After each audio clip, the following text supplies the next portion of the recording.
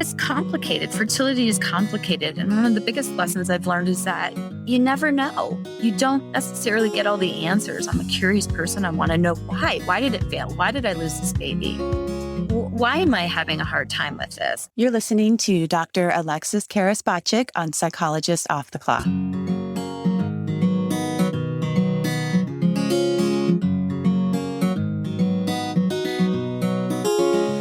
We are 4 clinical psychologists here to bring you cutting-edge and science-based ideas from psychology to help you flourish in your relationships, work, and health. I'm Dr. Debbie Sorensen, practicing in Mile High, Denver, Colorado, and co-author of Act Daily Journal. I'm Dr. Diana Hill, co-author with Debbie on Act Daily Journal and practicing in Seaside, Santa Barbara, California.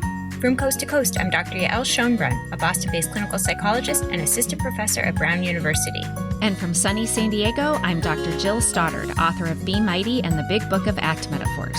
We hope you take what you learn here to build a rich and meaningful life. Thank you for listening to Psychologist Off the Clock. Many of us are feeling exhausted, anxious, stressed, or burned out, yet feel like we still need to work harder and achieve more. I've gathered a number of leading experts in the field of compassion, habit change, parenting, mindfulness, and social change that have strategies to help. On October 15th and 16th, I am co-hosting the From Striving to Thriving online summit with Mindful Communications and mindful.org. I'll be interviewing 8 thought leaders, including Judd Brewer on the neuroscience of craving, Kristen Neff on self-care, and Rick Hansen on healthy striving. This summit is a powerful and personal one, and there's no cost to attend. I really hope you can join me. My co-sponsor, Mindful Communications, is also hosting a free 3-day virtual summit titled Healing Healthcare, a Global Mindfulness Summit on February 8th through 10th, 2022, that you won't want to miss. It's bringing together leading experts, healthcare executives, and thousands of frontline healthcare professionals to explore both individual and system-level approaches to support well-being. You can learn more by checking out the link in our show notes or by registering fromstrivingtothriving.com. That's fromstrivingtothriving.com. Psychologist Off the Clock is happy to be partnered with Praxis Continuing Education. With Praxis, you can really transform your clients' lives by learning how to effectively promote lasting change with evidence-based training. And they're really the premier provider in continuing education for clinical professionals. Praxis has both on-demand courses as well as live online courses. They have beginner offerings like Act 1 from Matt Boone, or more advanced offerings like Act Immersion with Steve Hayes. Some of their live online courses include classes in dialectical behavior therapy, superhero therapy, and Act with Parents. Get a coupon code for Praxis Continuing Education on our website, offtheclockpsych.com, for some of their live offerings. And we can really attest to the quality of Praxis. We've both participated in it ourselves and have seen its benefits in our clinical work. So visit our offers page at offtheclockpsych.com. Hi, this is Diana here, and this is a 2-part series on pregnancy loss and infertility. In the first part of the series, we heard from Dr. Sunita Osborne about strategies for reproductive trauma. And today, Dr. Alexis Bachik, myself, and Ann Cushman are going to be sharing our personal stories of loss and infertility. If you are sensitive to this topic and it isn't a good time for you to listen, please take care of yourself because we do talk about uncomfortable details in these stories. But we thought it was really important not to censor and to share our honest experiences. I'm going to begin by talking with Dr. Bachik, who is probably one of my best friends in the world and also happens to be a professor of positive psychology. She went to University of Colorado at Boulder and completed her doctoral internship at UC California, Santa Cruz. And now she's a full professor at Metro State Denver, where she teaches positive psychology classes. But there's another side to Alexis that she may not share a lot in her public life, which is she's experienced ongoing trauma associated with infertility and pregnancy loss. Alexis and I are going to begin this podcast by sharing our stories, and I'll be sharing my story about having a stillbirth, as well as our relationship along the way. At the end of the podcast, we'll be hearing from Ann Cushman. Ann Cushman is a leading national pioneer in the integration of mindfulness, embodied meditation, and creative expression. Her essays in spiritual practice and daily life have appeared in the New York Times, Yoga Journal, the Oprah Magazine, Lion's Roar, Tricycle, and many other publications. Today, she's going to be reading a passage from her book, The Mama Sutra, about her experience of having a stillborn. I hope you find this episode helpful if you're a mental health professional, if you personally have experienced reproductive trauma, or if you're supporting a loved one. And please do share it with those that you think that may find it helpful as well. So I'm here with Dr. Alexis Bachik, and Alexis and I share in a lot of things. We share in being psychologists. We met in graduate school together. We're also friends and mothers. And we share in pregnancy loss. Our stories are really different. And I thought it would be helpful to have her come on and share her story in combination with me sharing my story, not only to talk about what happened to us, but also within the context of psychology and our perspectives from ACT and positive psychology. So it's good to be here, Alexis. Thank you for having me, Diana. Taking a bit of a deep breath here because this is totally new for both of us sharing in this way. Yeah, it really is. And I think you're going to begin with your story, right? Yeah. So here goes. When I had a toddler, I got pregnant again. And I was really excited. I had always planned on having 2 children. And that pregnancy ended up being completely the opposite of whatever I expected. I was actually really deep into ACT at the time. And I think in some ways it was preparing me for that experience because early on in the pregnancy, about 2 months in, I started bleeding. And I was diagnosed with having a hemorrhage in my uterus that didn't impact the baby, but resulted in me regularly bleeding during the pregnancy and having to go to the ER. And because I was practicing ACT at the time, I actually entered into that whole experience with a stance of I am going to be open to this experience. I'm going to be present in it. I'm going to be psychologically flexible. I'm going to bond with this baby. And I actually think I did pretty well for the first part of it, despite it taking up so much of my life, right? So I'm a practicing therapist. I was an early career therapist, getting my practice going here in Santa Barbara. I was a mom to a toddler and navigating that. And then here I was also with this really unstable pregnancy. One of my memories of that time actually was when I was going to take my licensing exam, and I drove 2 hours to go take the exam and 2 hours back, and it was pretty stressful. But I also remember the sense of accomplishment on the way back if I had just taken my last test I would ever have to take in the field of psychology, and then getting back and having another bleed. And that experience actually was when I started to go downhill a little bit because I started to also blame myself for the bleeding. I think that's a really common experience for people that have infertility or pregnancy loss to go into a little bit of that shame and blame. So you were feeling like somehow pushing it too long, test, exam, going back somehow had triggered another bleed, which we know is not at all the cause, but at the same time. Yeah. And I think I have a tendency towards internal locus of control, which does me well in some situations. Like, I've got this, I'm in charge of this, I'm in control of it. But in then other situations like this that are unpredictable and out of your control, having an internal locus of control can be problematic. Yeah. So that was part of it. And is this my fault is something that I've heard from other folks that are struggling with infertility or loss or grief. I've heard that in lots of different ways. But I ended up carrying the baby for quite a while, and that just became part of my life of having to go to the ER. I ended up having to tell my clients that I was pregnant because I was showing.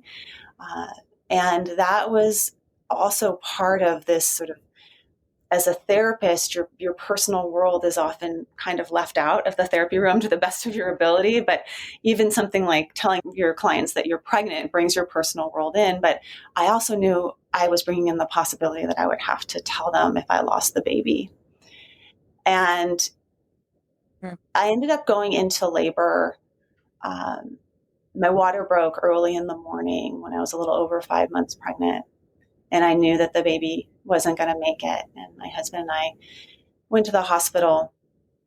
And after getting cleared in the ER, it was clear that he hadn't made it. I remember being wheeled up into the hospital, into the elevator. And when I was there, someone congratulating me for having this baby because I was in labor and delivery, and then taking me in. And it was actually one of the most spiritual experiences I've ever had, was delivering this baby.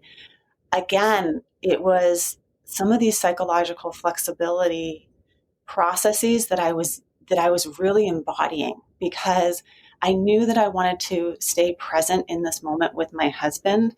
And it felt really important to be there for my baby. I'd actually really bonded with him. And when the nurses asked me whether or not we wanted to see him and hold him afterwards, it was that same psychological flexibility that allowed me to say yes.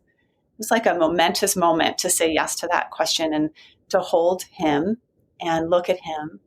And the closeness that I felt, the intimacy that I felt with my husband at that point in time, that sort of values and pain to being two sides of the same coin. How did you, in that moment, Diana, where your water has broken and you know that this baby is not going to make it, can you describe for a moment what happened for you in that moment? What was going on in your mind?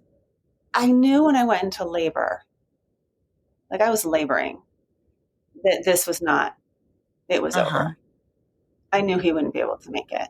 I think like anyone that's experiencing something really traumatic, it's almost like you're just going through the motions of it. I mean, I don't think my frontal lobe or thinking, I wasn't doing a lot of thinking. I was just being through that time.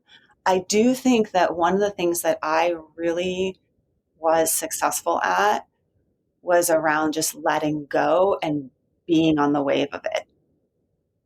And part of that, I think, had to do with my relationship with my partner and the closeness that we have. I think part of it also had to do with the community of support of the nurses that were there. And I feel like labor and delivery nurses see a lot. They see more than anyone could humanly see.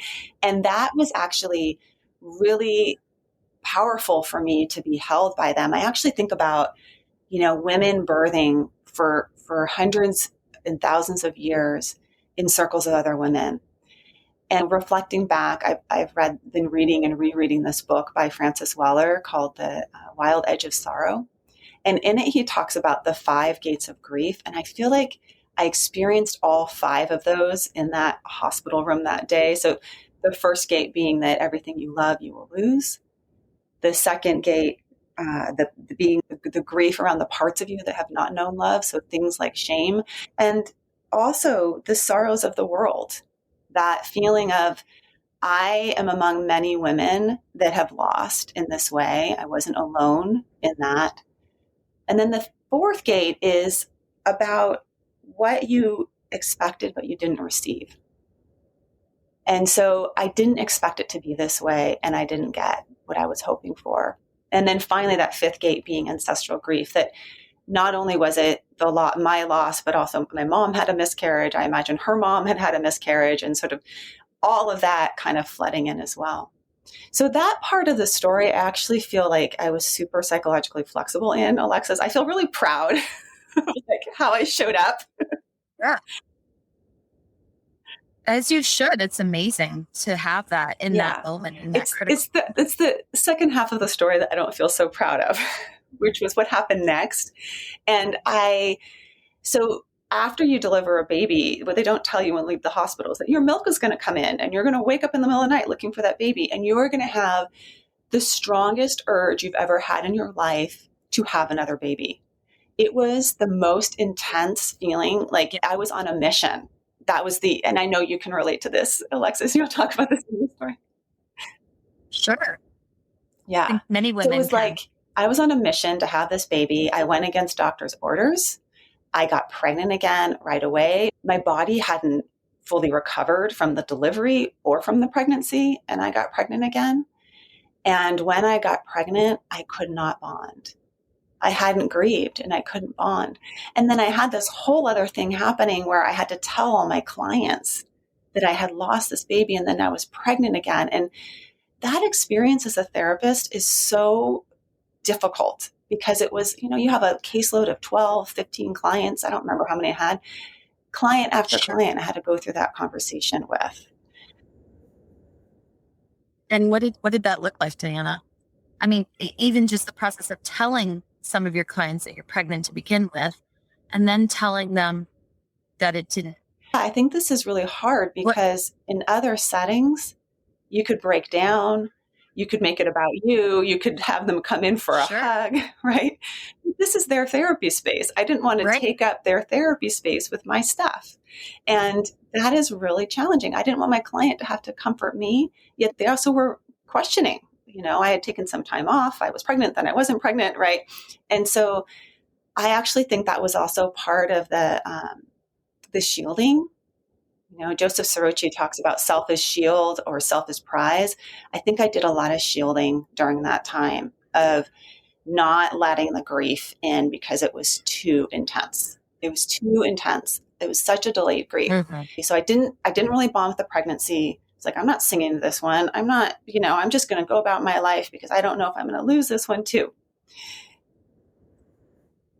You were scared to get Yeah. emotionally connected, I'm guessing. And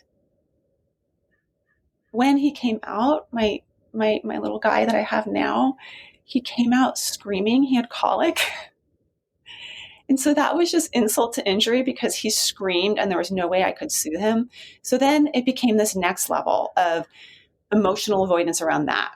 Right. And I think that my experiential avoidance around that was now I have another thing to fix. And it became all about that, like fixing his colic, doing everything I possibly could, controlling. And I'm really into this concept of striving, Alexis. Like, it was my striving. Like, yeah. I'm a striver and I can strive at anything. Lifelong and so striver. I turned it into that. And it really wasn't until I remember like 4 months, he was like 4 months old, and looking at him and seeing his little face looking at me. And I was like, oh my gosh, I haven't taken the time to love this baby. And it's because I haven't taken the time to grieve my other baby. And so it was all wrapped up in one, that I needed to grieve and I needed to love. And letting go of trying to fix it, grieving, feeling fully, and loving all at the same time. And I just felt this massive exhale of acceptance. And then it didn't shift his screaming. So he kept on screaming. He just had to work through that, whatever it was developmentally. Yeah. But it changed my relationship with him, changed my relationship with grief. And I was able to bond with him. And now, we have a super special relationship, as you know, Alexis. So that is sort of how it progressed, and sort of the act being useful to me, and then also at times not able to pick it up and use it, even though it was available to me. How did you get through the grief, Diana? I'm having a hard time picturing you, a working mom, toddler, infant, and, home life, everything, all these balls that you have in the air, finally just processing your grief. How did you process your grief? Like, how did that happen? What were the stages? Yeah, I don't know if there was stages as much as I think the first word that comes to mind, or words that come to mind, are Kristen Neff's compassionate mess. Like, I let myself just be a bit of a mess for a bit. And that meant just really kind of being a mess, like not striving, not being the perfectionist in every single domain of my life. I really honored him. And I talk later about this with Sunita, but creating sort of some rituals in our household of putting his things out, acknowledging him as part of our family, in the sense that I think about him, and started allowing myself to think about him. And there was this association between him and my youngest child, right? So I couldn't think about my youngest child without thinking about him. They were associated with each other, and that's very acty, right? Sure. Like, if you can't think about this without thinking about that, then you try not to think about any of it. So I allowed myself to think about it, and I allowed myself to talk about it. And I also started sharing more with my friends. So I think it was just more of an allowing him to be part of my experience rather than shutting him out that was the real key. And then allowing myself to just be a little messy and not have it all together. Can't even imagine what that was like. And to have had such a spiritual moment through one of the most difficult moments of your life, do you think that there's something to that through such a tragedy and so much pain and so much struggle, that you were able to have almost like a peak experience in the loss and a bonding experience, and that maybe even it connected you and your partner, even made you even closer together because you went through. Yeah, I think Can you you just speak to nailed that a it. little bit? You're such a positive psychologist. And that's, well, it's certainly not the case, right? Like, so there are plenty of people who go through infertility and it tears Yeah. the partnership apart. They're not able to get through the loss or the difficulty. They're not grieving in the same way. They don't have the same goals, or their goals change. And so I'm struck by how having a stillbirth, it was one of your Yeah. peak spiritual moments for you and your husband together. And I just imagine that. I don't know how you get that. Yeah, I think it definitely takes being fully present and opening your heart to the experience, that full acceptance, the full compassion. And what's interesting is that I actually see now how that experience has prepared us for what we face now in our relationship. And then what we face now in our relationship is going to prepare us for what we're going to face next, you know? So I think that actually seeing it as the opportunity to step through, Gottman's sliding door moments, like you have the option to step through or not. And we chose to step through. And I think that every time I've chosen to step through into closer intimacy or vulnerability, it strengthens me and it strengthens our bond. Well, I just want to know a few things. Like, if you were to take two things away from your experience, what would those two things be, and what would you want others to know? You hurt So because you I care. think the first thing is you hurt because you care, which is a Stephen Hayes quote that we've used a lot on this podcast, but has rung true to me so many times in my life. And when I hurt really intensely, it's so helpful to remember there's something that I really care about here. And how can I turn to what I care about? I remember when they took the footprints of his feet, I ended up going to a Steve Hayes workshop not long after that. And I emailed those footprints to him to thank him for his teachings, because we have many teachers that come into our life that don't know that they offer us like these profound principles that change our life for the good.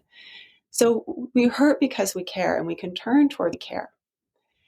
And then I think the second really simple one is just to be gentle with yourself. And I always wish I had been more gentle with myself. I just need to continue to learn that lesson of just be gentle. Just be gentle. And how can you be even a little bit more gentle? Because when we're gentle, we're better able to move through really painful experiences. So those would be the two. And Diana, how does striving fit into this? These days I'm just interested in a different kind of striving. Striving has taken me down in so many different ways in my life. It can take me down in relationship to parenting or work and how do I actually put my whole heart into something and have it not be contracted or feel like I'm being pushed? And that's a different kind of striving. Maybe it's a skillful striving or a healthy striving or a compassionate striving. I haven't quite landed on what the words are yet, but I'm interested in transforming that. And I hope that women who are in their reproductive years and feel this pressure, this intense pressure, you have like a clock that is literally ticking, because it can become another type of striving for us that's unhealthy. So I support and want to encourage women that feel that clock ticking to maybe take a look at the pressure and how can they practice more compassion towards themselves around that. Yeah. And I think you and I share this in common. Like, we wanted our babies, right? We wanted our children. And that was first and foremost on our minds. And yet sometimes what we wish for isn't what we expect it to be. In my positive psychology classes, I hear from students all the time saying, I'll be happy when blank. I'll be happy when this. And in my own life, I felt the same way. I'll be happy when I finish my doctorate. I'll be happy when I pass the EPPP. I'll be happy when I get my first job or my first clients, when I get married, when I have my first baby. And I've surprised myself by having some goals where it just didn't pan out. Like I wished for something, wanted something, worked so hard for it, and it wasn't what it to be. Do you think that there's some truth to that for women who and and maybe don't get it, or the people out there who want a family, want to grow their family? Yeah. It just doesn't work out. Having my son that I have now, I love him. I adore him. He's a blessing. And he didn't solve all my problems. So yes, the I'll be happy when, oftentimes when we get that when, the goalpost just moves further out to the next when. And that I really find that the true satisfaction in life is if we can be in the present moment with ourselves, whatever that moment is, whatever it is. And in every moment, there is sweetness and there is sadness. There will always be both. Sometimes we're so taken by the sadness, we can't see the sweetness, or we're blocking off the sadness and we can't see the sweetness. Okay, Alexis, I need to turn the tables on you, my girlfriend. I want to hear your story. It's so different. It's so different and also so similar. Share with me. So my story began after I got married to my husband. We both wanted children and we got pregnant right away. And we were both just so excited that it happened so quickly. And I was about 8 or 9 weeks along when we saw it going to work out. The baby was not viable. And it was just such a shock. I just didn't expect it to go that way. This is the first time I was pregnant. At the same time, my older brother had his first child. This is the first grandbaby in our family. He and his wife had asked if I would be the godmother. So I had flew out back east for this really grand, celebratory, joyous baptism. And in the Greek Orthodox tradition, you wear white. So I had this beautiful white dress. My cute nephew, who's just a baby, was in my arms. He was wearing white. And I'm surrounded by my family and loved ones in front of the altar. We're baptizing my nephew, and I am bleeding. Underneath my white dress, I am bleeding because I'm miscarrying. And I am not telling anybody that I'm miscarrying because who wants to hear that? And I didn't even tell anybody that I was pregnant because I didn't want to steal the limelight. So that was and there, all innocence was lost. Like all the pictures of a happy, joyous kind of pregnancy. Now there was just anxiety and what's going to happen and what happens next. So 5 weeks later, I had a DNC to remove the particles of conception. And my body, I now know, just does not release pregnancies. So if I get pregnant, I miscarry naturally. I need surgeries to help with that. I kind of figured from there that was it. That was my loss. I'm a numbers person, and so I thought lots of women have loss, and that was my blip, and it's going to be smooth sailing from here. But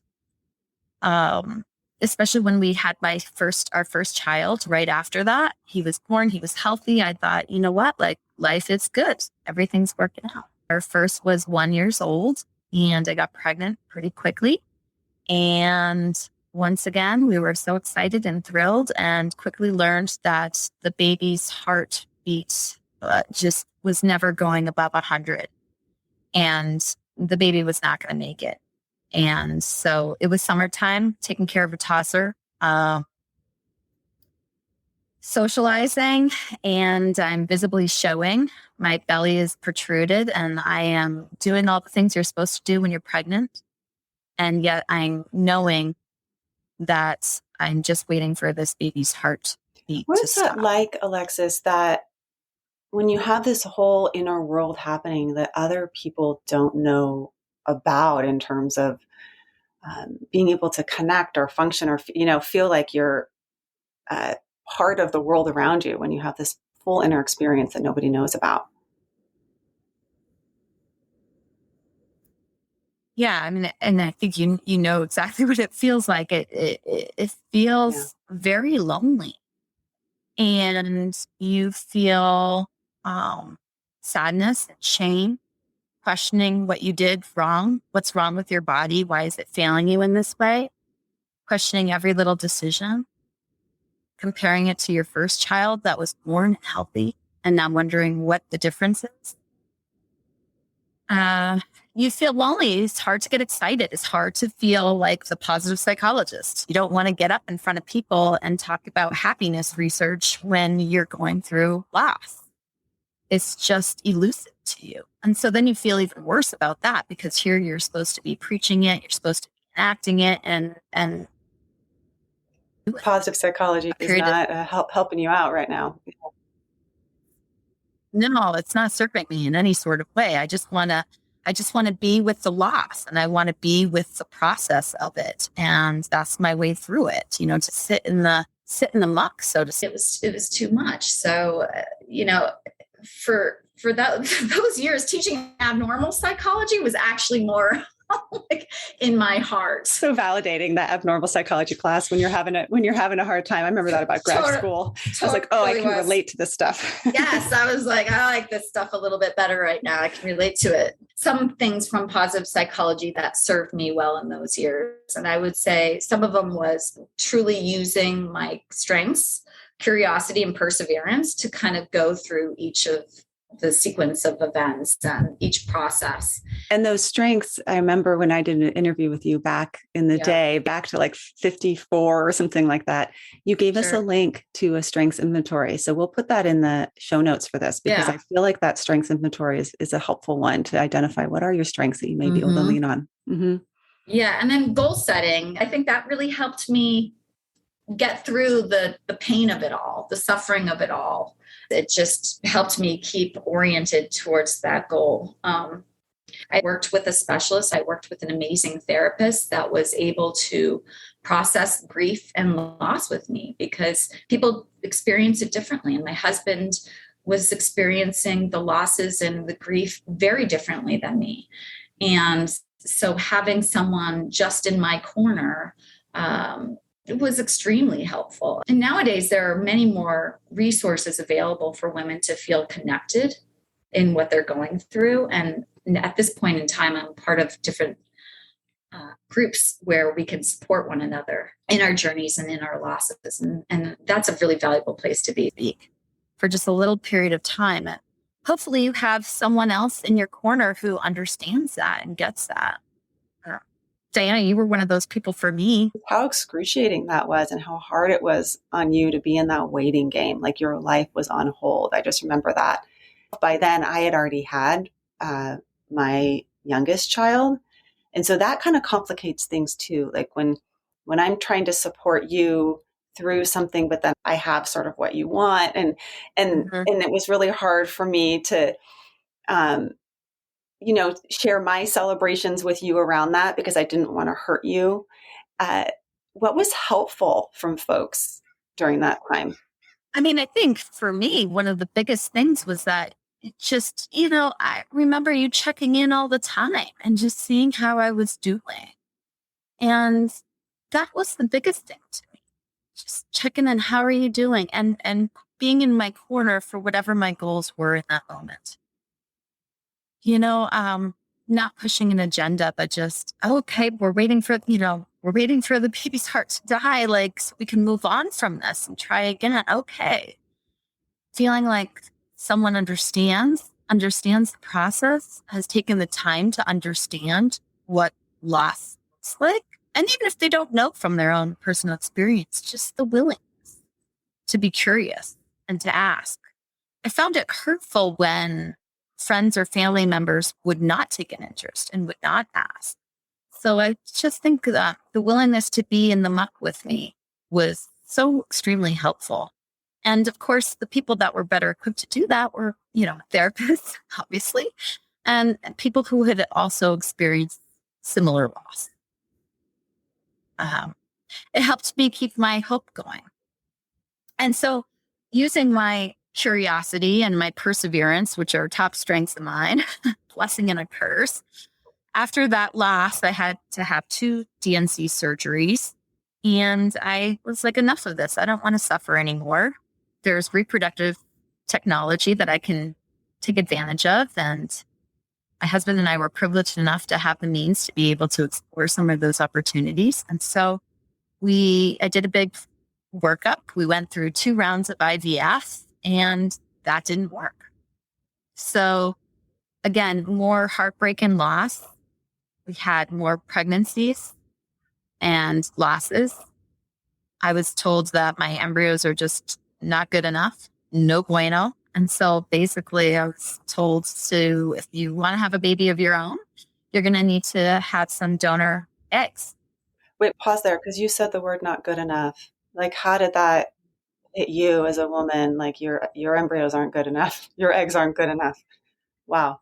Yeah. And they say that to you. So Wow. there's almost no way to not feel that. Like somehow your age and the statistics, and you went through 2 rounds of IVF, failed. There's a problem with you, essentially. And if you want to carry and have your own child in that way, then you're going to have to turn to a younger woman's eggs. It was a huge loss. And especially having had a child already that was my genetics, my biology, who in our eyes is just perfect. The idea of having someone else's biology and contribution felt both like a gift, like, wow, this is amazing that someone else would be willing to donate their eggs so that we can create and build our family. And at the same time, it was also just this, well, it worked once before. Why isn't it not going to work again? And then this feeling of failure. I come from a long history of women who had a lot of children. On my father's side, he was one of 5. My mom tells stories of getting pregnant easily. I didn't hear, even though it probably did happen, in my immediate motherhood, my mom and my mom's parents, my dad's parents, I didn't hear those stories of loss. I didn't know any. If you could go back and talk to that version of you that was getting that information that your eggs aren't good enough, that you translate, of course, into like, then I'm not good enough or my body's not good enough. And you could tell her something. And I'm just thinking about you telling it to her, but also telling it to the women that are listening to this episode. What would you tell them? And what would you tell you? That it's complicated. Fertility is complicated. And one of the biggest lessons I've learned is that you never know. You don't necessarily get all the answers. I'm a curious person. I want to know why. Why did it fail? Why did I lose this baby? Why am I having a hard time with this? And, we're not where we need to be with science to be able to kind of figure it out. It doesn't matter how much money you throw at the problem. It doesn't matter how many different experts you visit, how many different tests you run. It's tricky. When you overutilize your strengths like curiosity or perseverance, it just can bring you down a path that's long and dark and may not result in answers. It underserves you. You've overextended your strengths. And that certainly was the case for me. I mean, I took it so far that we did do the donor embryos. We did try that. We had multiple pregnancies from that failed. I ended up having endometriosis and endometriosis surgery. I learned so much about myself, but ultimately I didn't end up getting a baby. And at this point, we were 5 years into secondary infertility. And my husband and I had agreed upon a concrete timeline. I probably would have kept going, but this was our agreed upon stop point. And I was so angry that we had reached that mark and it left us without a baby. So to the women, I would say, you don't always get the answers. You don't always know at why. And you have to let go of holding on to an outcome. And you have to let go to wondering, why it didn't work out. And it doesn't necessarily have to do with us. It's not necessarily our bodies or our bodies failing us. Sometimes it's the environment failing us. And there's just this je ne sais quoi, right? About babies, they're magic. Why did they happen? I don't know. And now I feel like I hold more of a space for spirituality or magic or just the wonder of it all, of why it doesn't work out sometimes and why sometimes it does. I wish I could gift all the women that sense of peace. That it's not necessarily about us. So you hit that 5-year point. What I really remember having a conversation with you was actually with our group of psychologist friends that gathers every once in a while, and you really clearly saying, I'm done. I'm letting this go. What happened next? I was filled with anger. I was so angry that the process didn't work. I had always been of the mindset that effort equals results. And here I had tried, and it didn't work. I was so consumed with anger. And then set moments of sadness. I remember being in the shower and just crying and aching and feeling like, it just doesn't seem right. I can't believe this happened. Like, we don't have our second child. I felt this void and emptiness.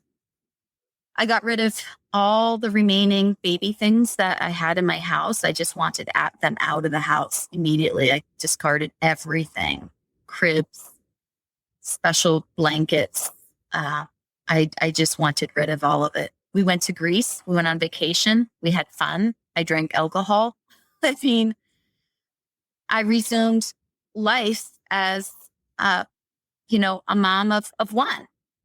And I tried to embrace and think of all the wonderful things that I was going to be able to do, all the wonderful opportunities that I was going to be able to provide for our son that I wouldn't have been able to provide if we had been a family of 4.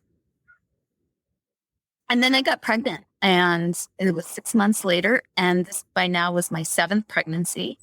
And I was completely numb. I was annoyed almost. I was frustrated. I was rather stoic about it, in disbelief, thought that, oh my gosh, I can't believe I'm going to have another loss. This is the last thing I want. I was hesitant to tell my husband. And I only started to really embrace that I was pregnant and start to bond after the major milestones, 12-week checkup, the 20-week checkup.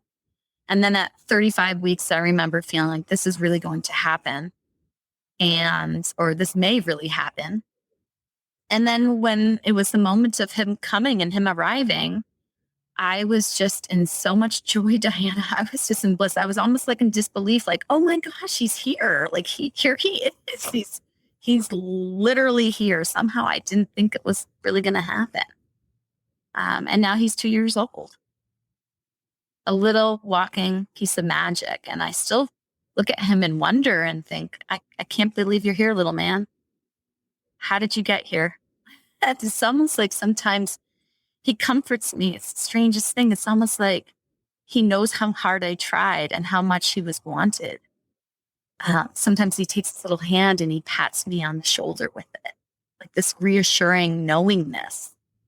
Like I was waiting for him in some sort of way. So if there were 2 takeaways, Alexis, you asked this question of me, and I asked that question of you. If there were 2 takeaways from your experience, and you can put on your positive psychology hat for this answer, I would appreciate that too. Personal perspective and positive psychologist, what would they be? I would say to be patient. Working through infertility, working through loss, it's a process. There's no guarantee. There's no one right answer. There are no choices that are made easily or quickly. And so to allow room for patience is one of them. And that you're allowed to have all the feelings, anger, joy, sadness, hope. You're allowed to change your mind. You're allowed to change your attitude. That there's a flexibility in what we want, and that we're not defined by it either. We're not defined by whether or not we're mothers or not. or whether or not we have our own children. There's way more going on, or more than just that.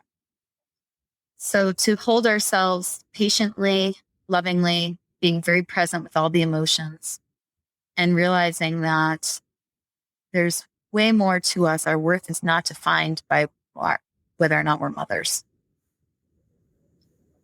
Thank you, Alexis, for sharing your story and taking this time with us. It's always wonderful to spend time with you in this way, this vulnerable, honest way. I really appreciate it. I hope it benefits many. I love it too, Diana. Thank you for having me. Excerpt from the Mama Sutra. 3 weeks after Sierra died, I did yoga on our patio again. Above my mat, 2 wrens were pecking in the bird feeder hung in the branches of our apple tree. A hummingbird darted in and out of the bottle brush. I made my way slowly through the poses, as if I were walking through an earthquake-damaged house, lovingly assessing the damage. Afterwards, I lay on my back in corpse pose, watching a blue jay spray a shower of seeds to the ground. Looking at the beauty around me, I felt as if I were picnicking on the edge of an abyss, into which every now and then someone I loved would silently tumble. Lying there, I saw that I had 2 possible responses to Sierra's death. One was to contract in terror, to try to cling more closely to what is precious, wrap my hand tight around it, never let it go. An ultimately futile gesture, since it would all inevitably slip away. The other response would be to cherish what was precious, breath by breath, with an open hand, knowing it could be snatched away at any moment, and that it would ultimately be gone forever. To cherish each moment, knowing that every day is a gift and a blessing, that it may be the last. The world is impermanent, but the world is also a sacred blessing. To hold both of those truths in our hearts at the same time is the razor's edge of practice. There is tremendous grief in Sierra's loss. I will never stop missing her. I will carry her in my heart for the rest of my life. But despite all the sorrow, what I have ultimately been left with is a sense of joy, of the precious miracle of incarnation, of the way love is not bound by time and space, of how the value of a life has nothing to do with how long it lasts, and of how the rippling effect of one life goes on and on long after a person is gone.